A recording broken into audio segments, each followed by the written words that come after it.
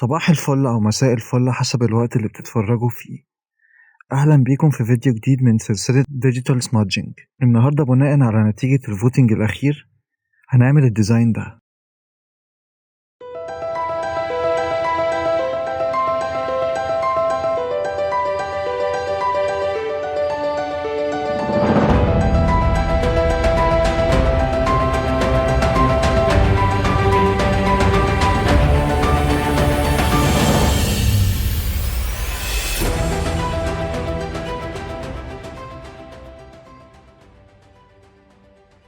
هنفتح صورة والتر وايت على الفوتوشوب وهنبدأ نعملها سيلكشن.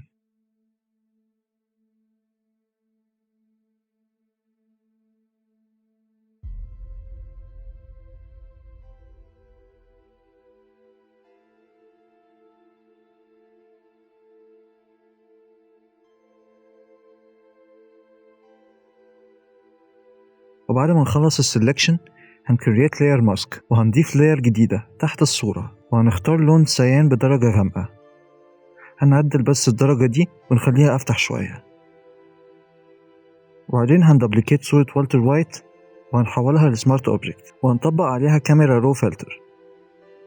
هنرفع التكتشر ل100 وهننزل الفايبرنس ل-6 وهنرفع الساتوريشن ل23 وهندوس اوكي. وهنيجي عند الماسك بتاع الفلتر وهنعمله انفيرت وهنجيب البرش وهنخلي فيها الاوباسيتي 30 والفلو 40 وهنبدأ نرسم حوالين الوش والرقبة.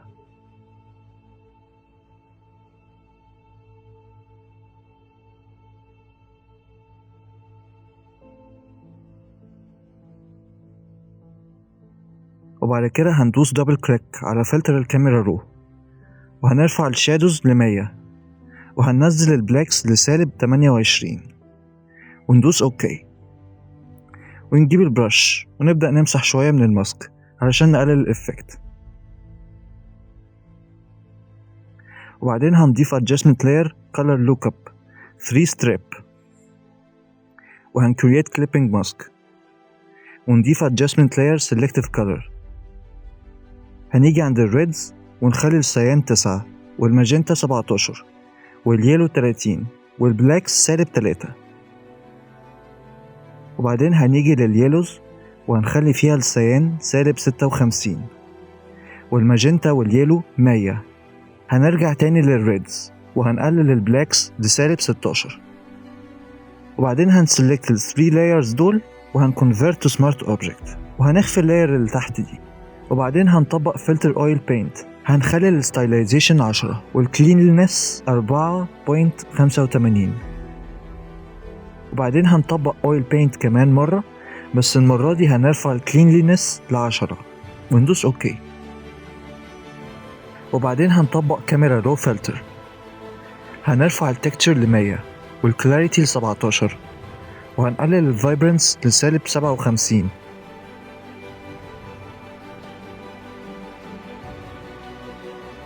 وهنرفع الساتوريشن ل54 وندوس اوكي. وبعدين هنفتح البلندنج اوبشنز بتاعة الفلتر وهنقللها ل42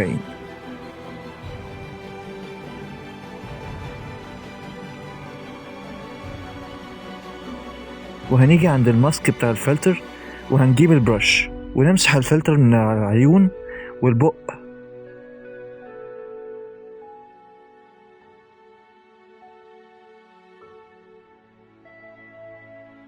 وبعدين هنضيف adjustment layer color lookup 2 strip وهنخلي البلند مود بتاعها screen وهنطبق البلند اف وهنضيف كمان adjustment layer color lookup والمرة دي هنختار green red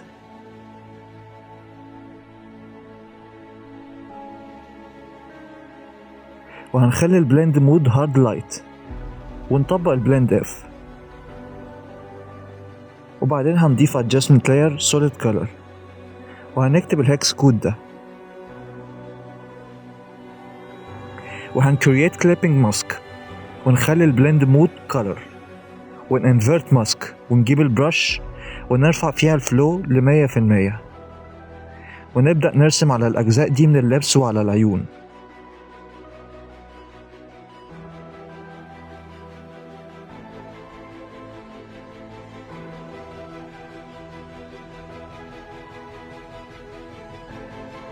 وبعدين هندبليكيت اللاير ونغير البلند مود بتاعها لمالتيبلاي ونطبق عليها البلند اف، وبعدين هنجمع اللايرز دي ونكونفرت سمارت اوبجكت وهنبدأ نصغر الصورة، وهنطبق فلتر ليكويفاي، وهنجيب التول اللي شبه السمادج دي وهنبدأ نشد أطراف الصورة بكيرف كده لتحت، وبعدين هندوس اوكي ونرجع نشوف شكل الإفكت، وبعدين هنرجع تاني للإفكت ونبدأ نشد الأجزاء دي لتحت شوية كمان وندخلهم لجوه.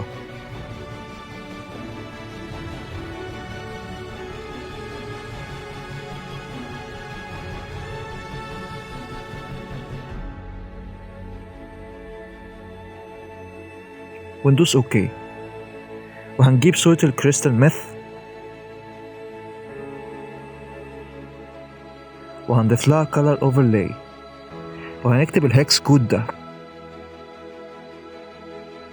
وهنخلي البلند مود color وندوس اوكي، وبعد كده هنبدأ نعمل align لصورة الميث وهنمسك معاها صورة والتر وايت ونرفعهم شوية، ونرجع لصورة الميث نعمل لها واربينج من الأطراف وهناخد منها كوبي وننزلها تحت اللاير والتر وايت وهنخفيها مؤقتا، ونيجي عند اللاير اللي فوق ونعمل لها ماسك وننفرت ماسك ونجيب البرش ونبدأ نرجع الأجزاء دي واحدة واحدة، ونخلي بالنا إن مفيش حاجة زيادة أو من الأطراف الحادة تبان معانا.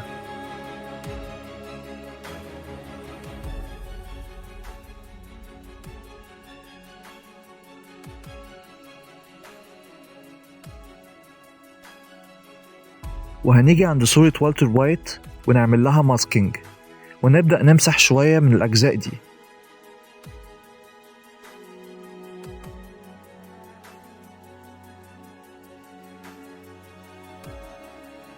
وهننزل لللاير اللي تحتها وهنظهرها، وبعدين هنصغرها ونعمل لها لاير ماسك وننفرت لاير ماسك، وهنرجع لأول لاير وهنجيب البرش ونختار الشاترد جلاس برش ونبدأ نمسح أجزاء من الميث،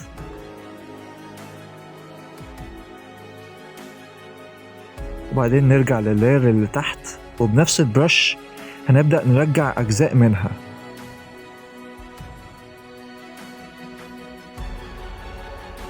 وهنخلي فيها البلند مود سكرين، وبعدين هننزل لصورة الباك جراوند ونضيف فوقيها صورة البيريودك تيبل وهنضيف لها color overlay، وهناخد اللون من اللبس وهنخلي البلند مود color، وبعدين هنغير البلند مود بتاع اللاير لأوفرلاي،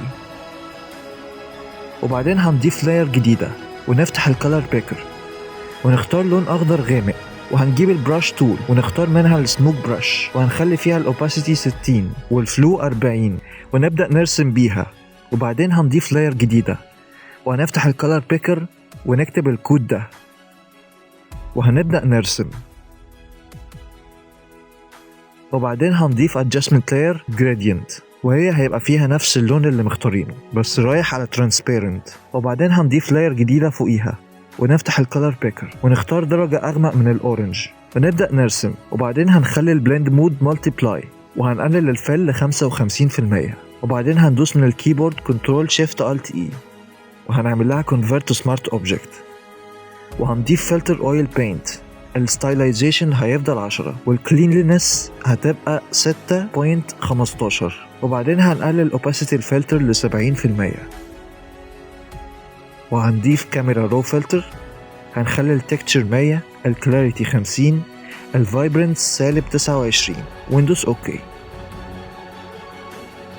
وبعدين هنقلل opacity الفلتر ل 30%، وبعد كده هنضيف لاير جديدة وهنجيب السمادج تول وهنخلي فيها السترينجز 40% ونتشيك على simple all layers ونبدأ نرسم.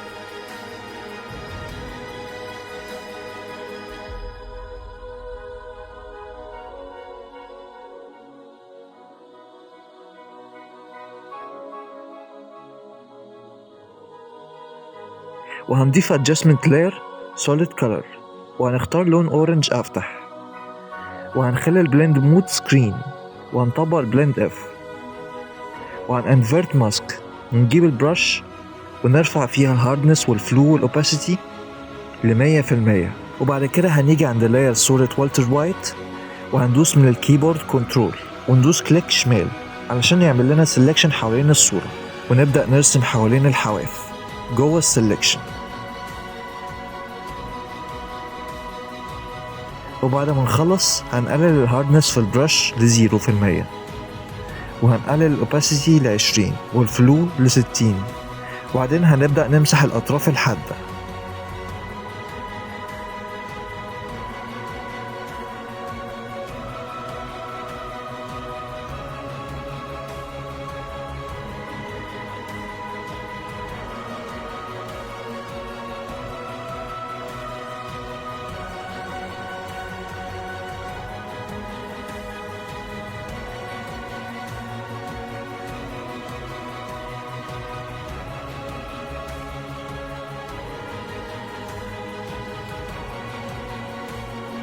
وبعد كده هندوس نفس الشورت كات كنترول شيفت الت اي وهنكونفيرت تو سمارت اوبجكت وهنطبق كاميرا رو فلتر وهنيجي عند بانل الكالر جريدنج.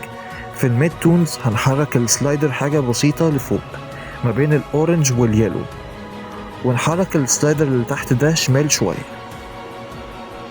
ونفس الحاجة هنطبقها في الشادوز والهايلايتس. وبعدين هنخلي البلندنج 3 والبالانس 28 وبعد كده هننزل لبانل الافكتس وهنخلي الجرين 26 والسايز 25 والرفنس 57 والفينيتنج -44 وندوس اوكي. وبعد كده هنقلل الفل ل50%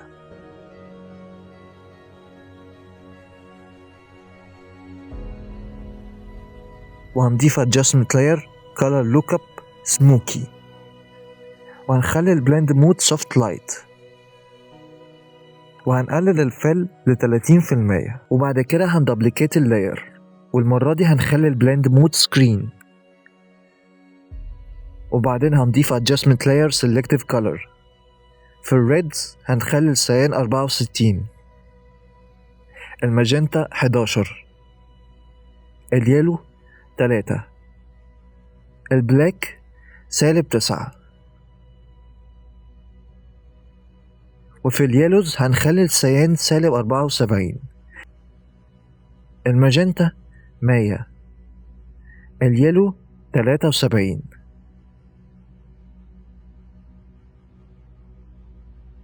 البلاك 21 وفي السيانز هنخلي السيان 61 الماجنتا 83 اليلو -24 البلاك 13. وبعد كده هنجيب البرش وهنبدأ نمسح الإفكت من الأجزاء دي بالراحة وبعد كده هنخلي الفل 70% وهنضيف آخر adjustment layer color balance. هنخلي الريد -27 والجرين 4 والبلو 42 وبعدين هنقلل الفل ل30%.